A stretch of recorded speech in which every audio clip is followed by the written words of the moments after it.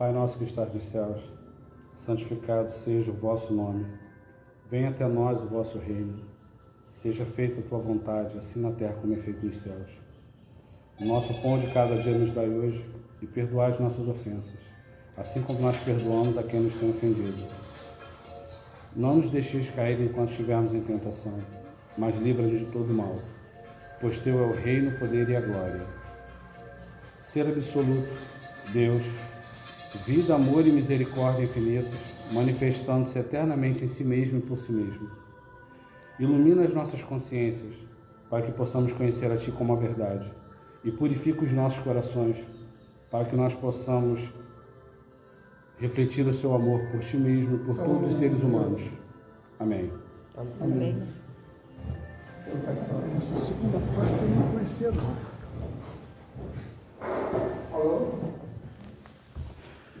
Dentro do esoterismo cristão, todos os trabalhos que vão ser feitos sempre começam com a abertura dessa oração, que é o Pai Nosso.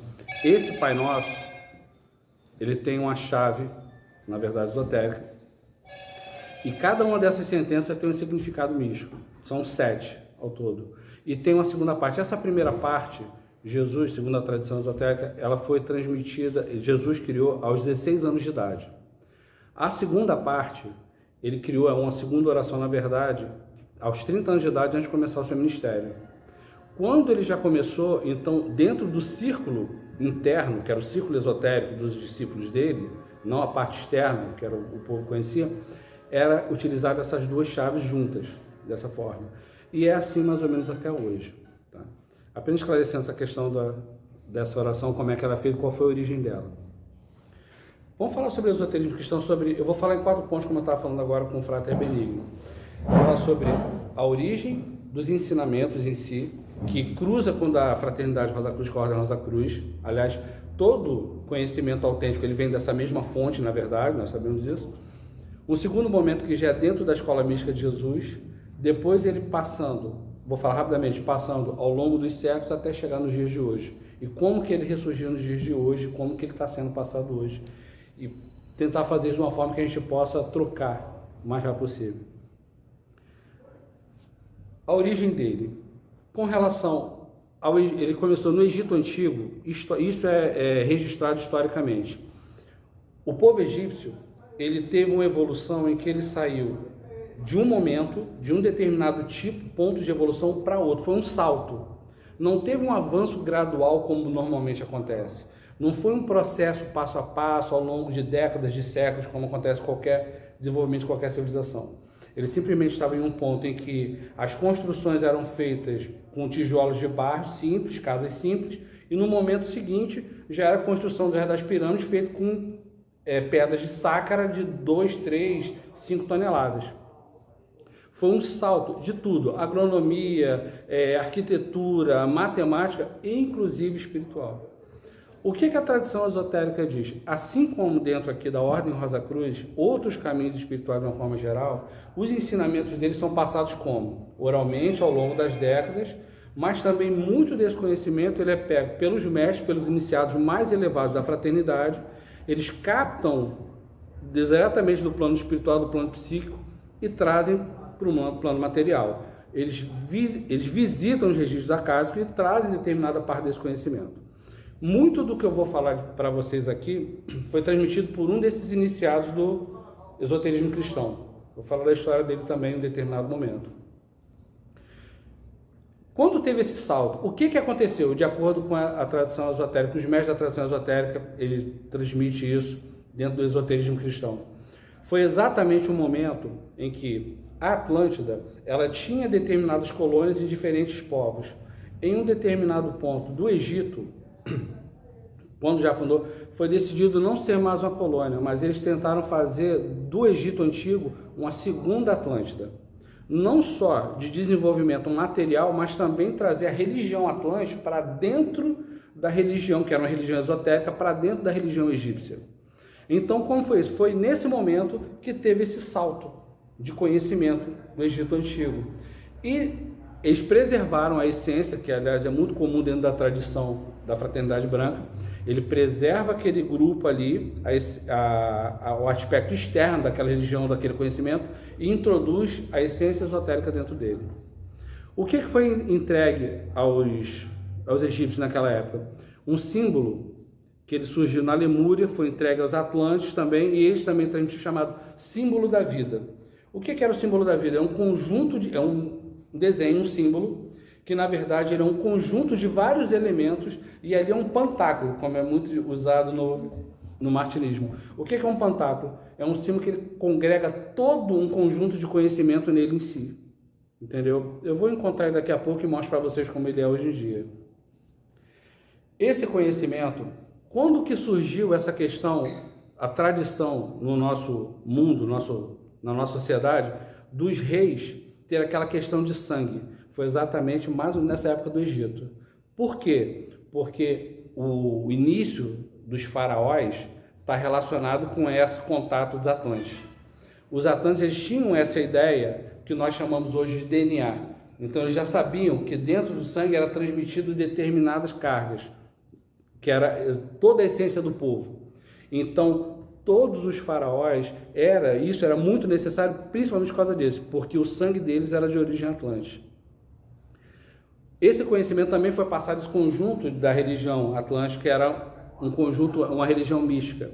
Então ele congregava. Quem conhecia o símbolo da vida, os mistérios dele, quem conhecesse ele, soubesse aplicar na prática, ele conseguia lembrar de todas as encarnações passadas, conseguia fazer contato com determinados seres espirituais, que hoje em dia são chamados de arcanjos e anjos, e conseguiria colocar outras formas de consciência que não são muito evoluídas também sob seu domínio.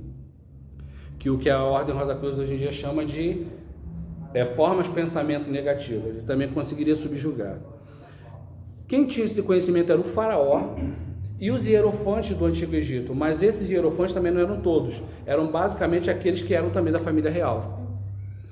Um desses iniciados que pegou esse conhecimento foi o primeiro a tirar de dentro dali, desse local fechado, hermético, e trazer para o mundo, foi um filho adotivo, o filho adotivo da filha do faraó, ou seja, ele era o neto adotivo do faraó.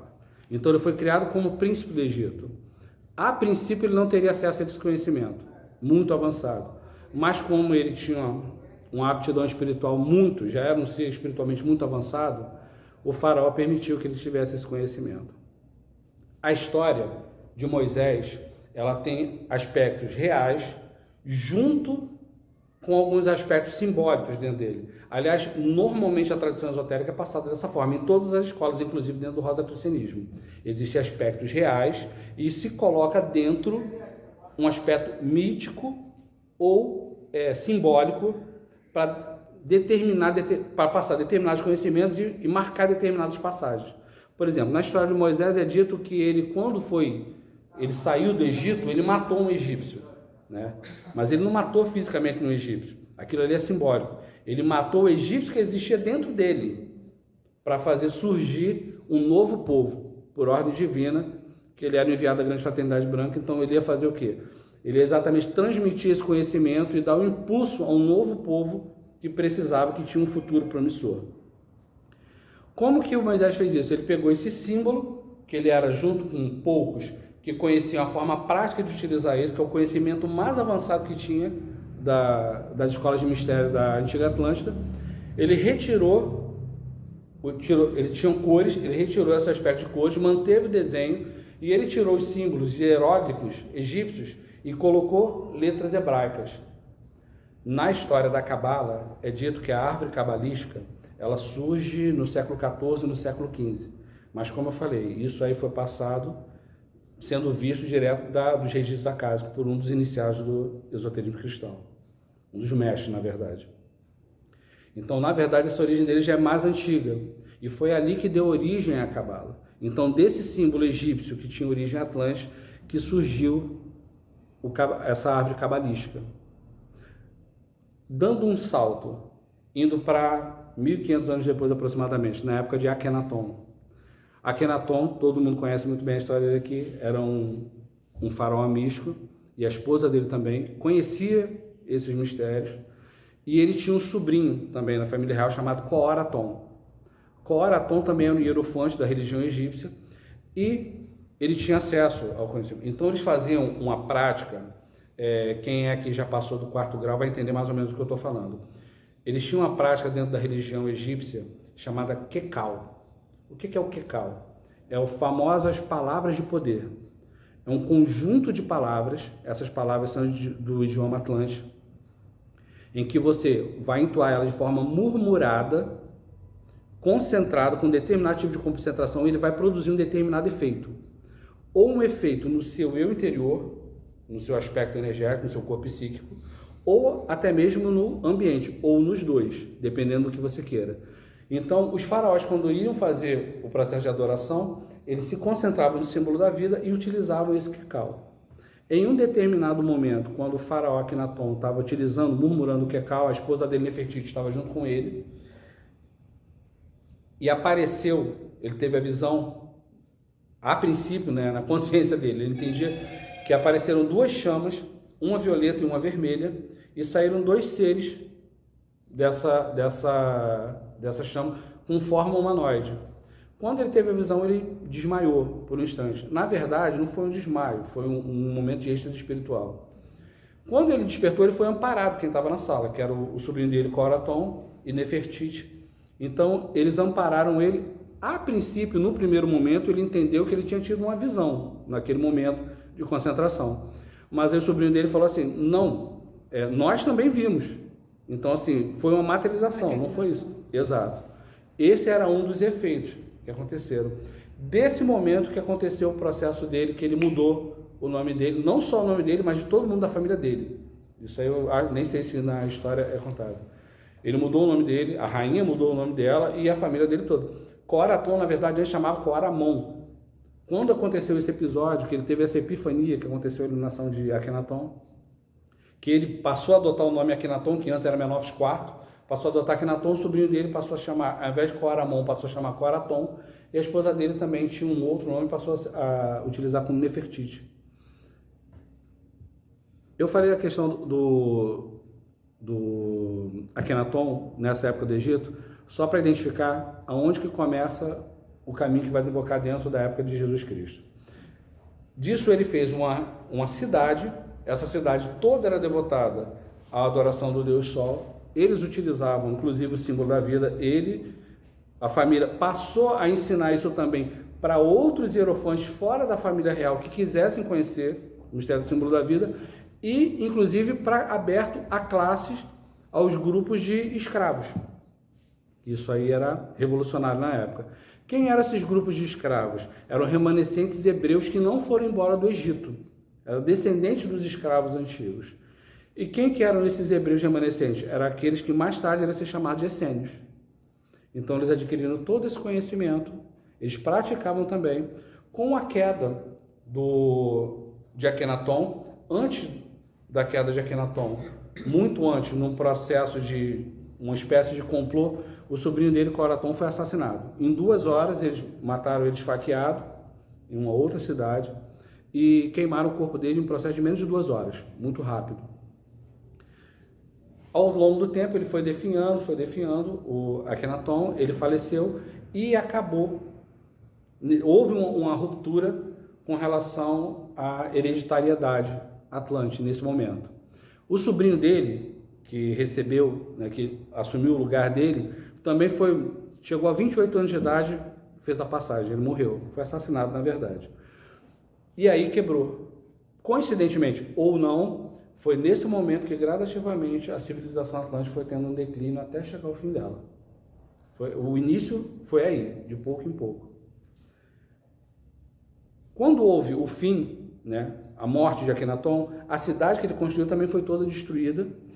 Os egípcios que moravam lá voltaram às suas cidades antigas e esses hebreus, alguns foram para outra cidade do Egito, permaneceram no Egito, mas de uma forma geral eles foram migrando até chegarem à Palestina e ficaram em diferentes povos. E se foram conhecidos como essênios. E os essênios, eles mantiveram ainda, ao longo de 1000 e tantos anos ainda, essa tradição do símbolo da vida e esse conhecimento esotérico todo enorme. São Tomás de Aquino, né? Ele sempre falou, o que nós chamamos hoje de religião cristã já existia antes do Cristo, desde o início dos tempos, só que se chamava por outro nome.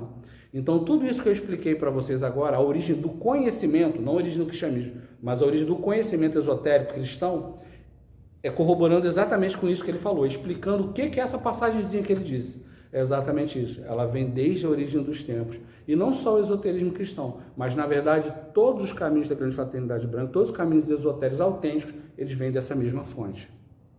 Alguns com diferenças, né, alguns detalhes, mas a essência, a fonte de onde ele veio, todos eles é a mesma. Ou é alguma bifurcação desse mesmo tronco. São um caminho que às vezes se divide e se tornam dois. É muito comum isso acontecer na tradição da fraternidade branca. Já vindo uma próxima época de Jesus, dentro do esoterismo, isso é uma visão diferente da Ordem Rosa Cruz. Eu estou explicando para vocês uma visão externa e vocês podem fazer as comparações. Todos vocês conhecem. A visão de Jesus Cristo não era um mestre que ele foi ao longo de sucessivas encarnações avançando até atingir a iluminação. A visão dentro do esoterismo cristão tradicional, e os cátaros também tinham essa visão, só que quando você vai ler a história dos cátaros, quem capta aquilo são historiadores leigos, então eles não têm conhecimento, então aquilo ali acabou ficando deformado. Mas quem conhece de dentro sabe aonde que está se perdendo a informação, sabe catar. Segundo a tradição esotérica cristã, o Cristo, ele na verdade é o que nós chamamos aqui, dentro da Ordem Rosa Cruz e também do Vedanta, de o aspecto autoconsciente da consciência cósmica. É a própria consciência cósmica que ela decide, segundo essa tradição, desde a época do Antigo Egito e até anterior, já se sabia da existência de diferentes povos em diferentes planetas. Eles tinham já essa crença e conhecimento. E que esses povos, a maioria das vezes, eles tinham humanidades. A raça é muito semelhante à raça humana. Dentro do rosacrucianismo dá uma informação semelhante a essa em um determinado momento. Essa humanidade, quando ela atinge um determinado ponto de avanço em que ela pode dar um salto, o Cristo ele vai e encarna ali. Para fazer o quê? Ele tem uma missão que é um conjunto, é dar um impulso àquela humanidade.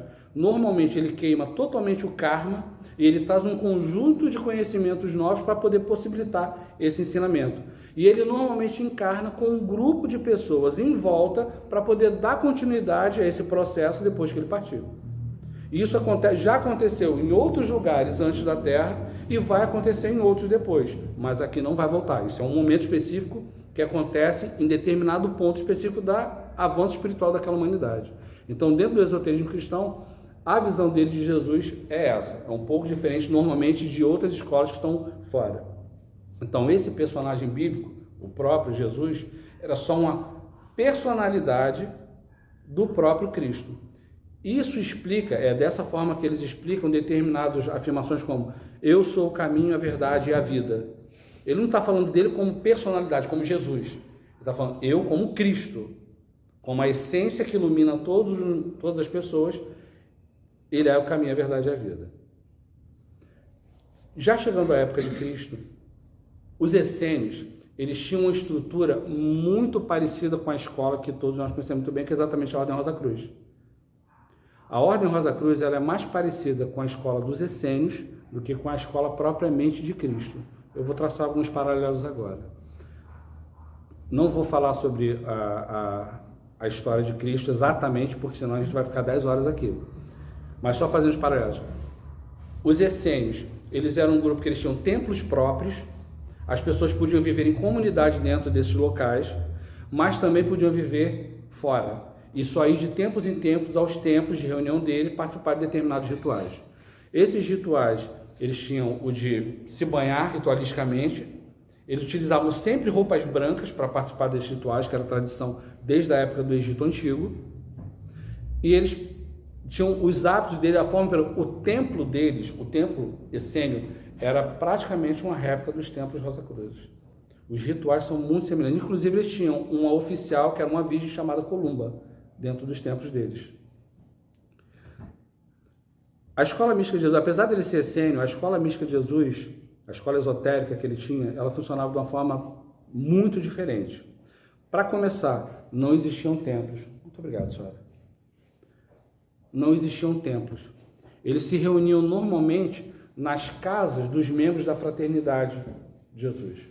Alguns momentos eles utilizavam emprestado templos dos essênios, em outros momentos, inclusive sinagogas judaicas, porque tinham membros da equipe da escola de Jesus que eram judeus, e eles também utilizavam, muitas vezes, alguma sinagoga, eles ensinavam aonde fosse. Aqueles eventos da Bíblia que narra Jesus falando em praça, em local mais aberto, isso eram reuniões do círculo externo. Qualquer pessoa podia assistir uma palestra dessa, um conjunto de ensinamento que era transmitido. Mas a relação ao círculo interno, que era já dos iniciados, essas reuniões normalmente eram feitas dentro da casa. Por isso que tem tanta passagem na Bíblia que fala que Jesus está se encontrando com um determinado grupo de discípulos na casa de alguém. Essas reuniões não eram reuniões sociais, eram reuniões para transmissão de conhecimento. E lá ele fazia muitas vezes demonstração desse conhecimento prático. Ele fazia demonstração sobre como tirar a dor, como anestesiar sem usar nenhum remédio, cura, como fazer projeção da consciência, que eles davam um outro nome naquela época, como fazer para alcançar o reino dos céus, que inclusive incluía o plano material, como você alcançar todos esses diferentes planos, que é o que eles chamavam de reino dos céus, ainda em vida, ainda com consciência, e como trazer essa lembrança de lá. Ele dava métodos práticos para como fazer. Quais eram os corpos sutis do homem, como trabalhar ele de diferentes formas e os centros de energia também. Além de passar várias coisas, como reencarnação, ensinamento sobre a aura humana, sobre como fazer manipulação de energia, como fazer uma técnica também que eles chamavam de expansão, uma outra técnica também que eles chamam de sintonia que leva à unidade, que foi entregue também aos Rosa Cruz e recebeu o nome de Lei da Assunção.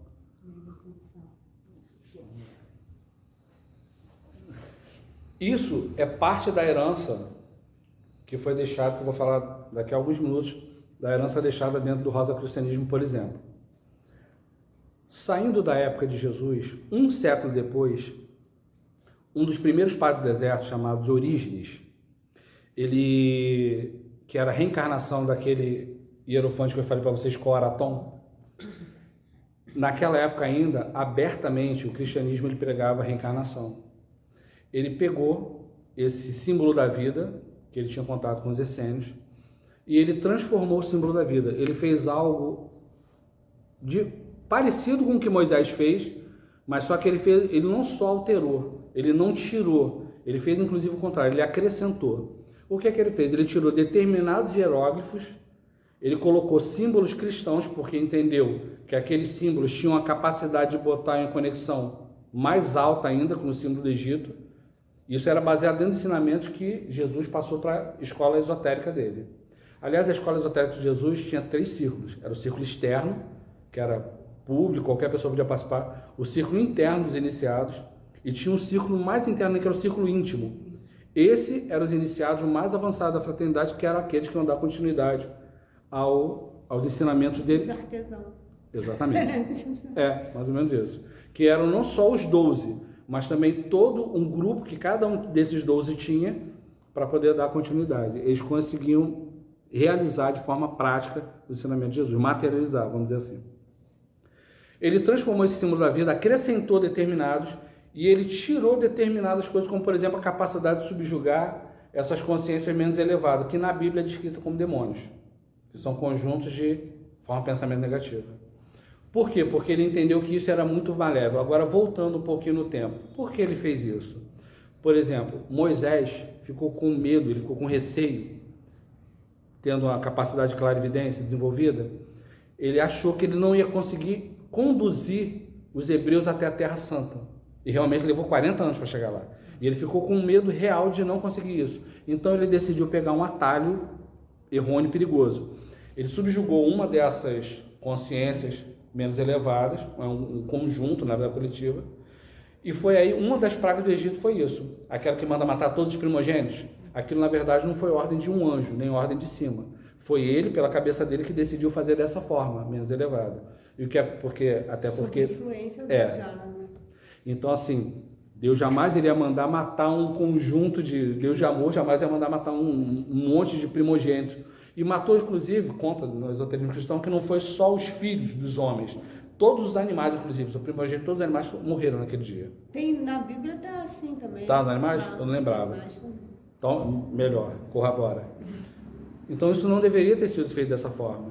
O que aconteceu? Ele adquiriu um determinado peso kármico ali. Quando chegou perto de Israel, a ordem que ele recebeu foi: você não vai entrar. Você não vai entrar para você pagar aquilo que foi feito lá. Para evitar esse tipo de coisa e para evitar que a evolução humana fosse indo e voltando, então esse conhecimento para fazer isso foi bloqueado ali, naquele símbolo. Então, mas ele permitia entrar em contato, quando no Egito Antigo, ele permitia você entrar com 3 formas ou 4 de consciências arcangélicas, 4 tipos de arcanjos que eles chamavam, eles davam outro nome no Egito Antigo. Na Índia eles chamavam de Devas. Quando Orígenes fez isso, ele permitiu quem acessasse conseguir entrar em contato com todas as formas de arcanjo. Isso aí que Papos queria fazer, né, Martinez? Era isso que ele queria fazer, que o mestre Filipe de Lyon sabia fazer, mas ele não conseguiu chegar a contento. Mas foi exatamente o que Orígenes fez nesse símbolo secreto.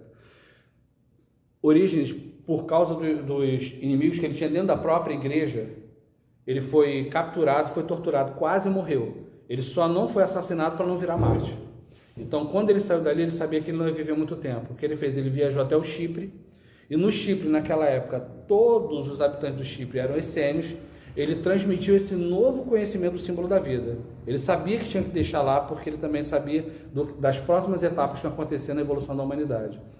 E essa transformação que ele fez, ele também transmitiu aos essênios de Israel, dando um salto já para a época dos Cavaleiros Templários.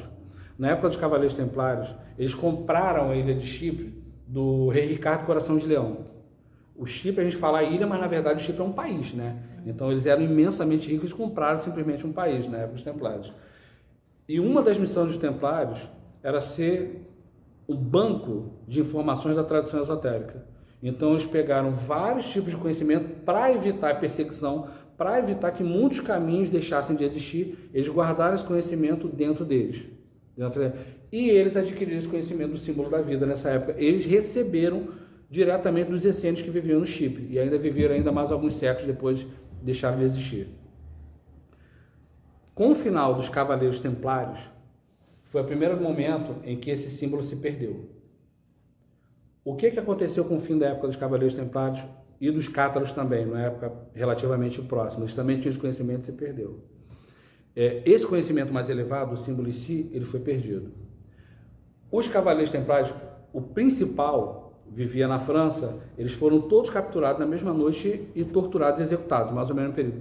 Mas existiam vários cavaleiros espalhados. Só que esses cavaleiros espalhados por vários outros países do mundo, eles não eram do conselho. Eles eram até iniciados, mas não eram os mais auto-iniciados. Então os conhecimentos mais elevados eles não tinham acesso.